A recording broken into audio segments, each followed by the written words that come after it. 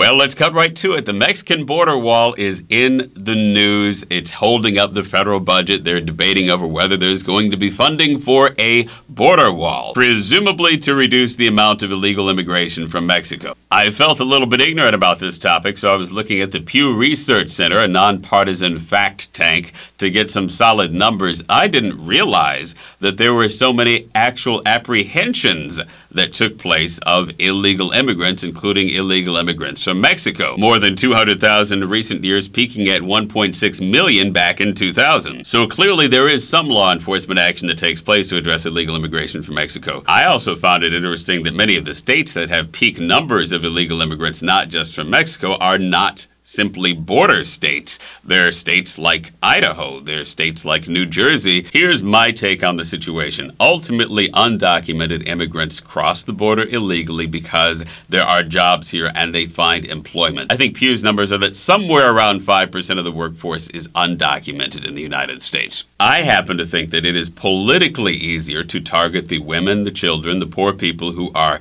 immigrating illegally than it is to target the businesses who are creating the gainful employment that attracts them. It's much harder to target businesses because they are already established, they already contribute to the economy, they already contribute to the prosperity of communities and the prosperity of the country, and so you could call businesses a hard target in trying to address this problem from a law enforcement standpoint. Undocumented immigrants, on the other hand, are a soft target. They're easy to go after. The fact that undocumented immigrants are soft targets doesn't mean that tactically they are the best pressure point to take action on the matter of illegal immigration. And so my first sense is that investing in the border wall that targets the actual movement of human bodies who are immigrating for jobs is a bit of a cop-out, because it's not addressing the root motive behind the problem. Yes, it's a captivating political metaphor to say, gosh darn it, we're going to build a wall and we're going to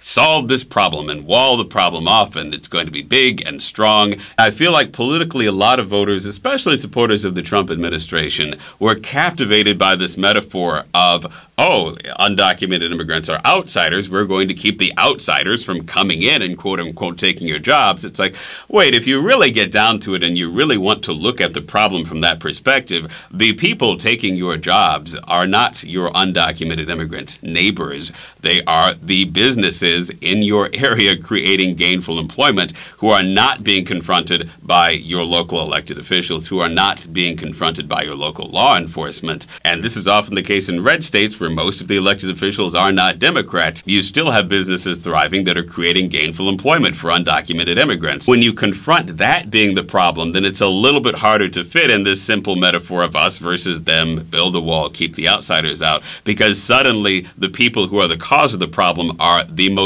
prosperous members of your community and your local economy, and you have to start asking the question, well, what is the law enforcement action that is or is not taking place against them, against my neighbors, against the businesses that are successful in my area? And that's when I think anti-immigrant political consensus, to the extent that it exists, actually starts to fall apart in the United States. When you start to re-articulate the problem and realize, wait, this is not just a problem of undocumented immigrants crossing the border illegally. This is actually a problem that is endemic to the most prosperous and successful elements of the community in which I live and the politicians which I elect in their relationships to the prosperity in the community which I live. And suddenly it's not so simple as let's build a big wall and keep illegal immigrants out. My second point is, let's assume that undocumented individuals crossing the border illegally and them needing to be stopped by a wall is the actual best solution to the immigration crisis, that is actually worth spending money on and investing in doing that. I don't think that's the case, but let's assume that's the case, that we ought to build this wall. There's no delicate way for me to put this, so let me just blurt it out. How brutal are Americans actually willing to be to stop bodies from crossing the border illegally? Because I think it's a delusion that people who are motivated and determined to cross the border illegally can simply be stopped in a neat, surgical, humane way without the circumstance becoming ugly. Ultimately, building an effective border boundary is not a neat or clinical thing. It's not a matter of, oh, let's just pat those people on the shoulder and escort them to the correct side of the border. An effective border boundary is an act of force that deters extremely motivated people who want to cross peacefully from doing so. The most effective ways to achieve that outcome happen to be brutal. Landmines, barbed wire, electric fences, artillery. Take the DMZ in Korea as an example of this. That level of violence is really what is required for a border boundary to be effective.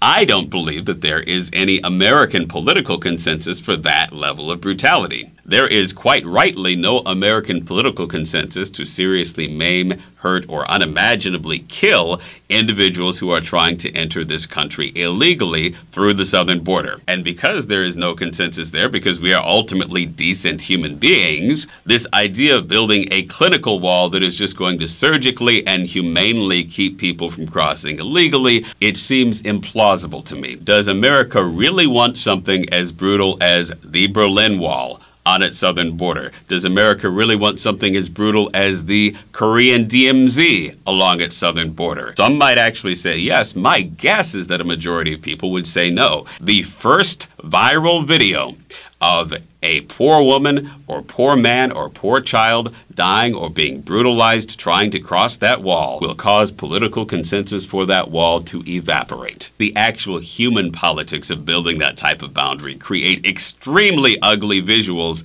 that are just not going to be popular. Ultimately, America seems divided between people who want to give undocumented immigrants a realistic path to citizenship and embrace them as permanent residents versus people who want harsh law enforcement action to fix the problem of illegal immigrants. My point in this video is that if you happen to support harsh law enforcement action to address the problem of illegal immigration, building a border wall and targeting the individual immigrants is probably one of the less effective law enforcement avenues available. Ultimately, you have to ask why so much American prosperity depends on undocumented immigrant labor, and who is going to arrest and jail the proprietors of hundreds of thousands of successful American businesses integrated deeply into our local political life and our local economy.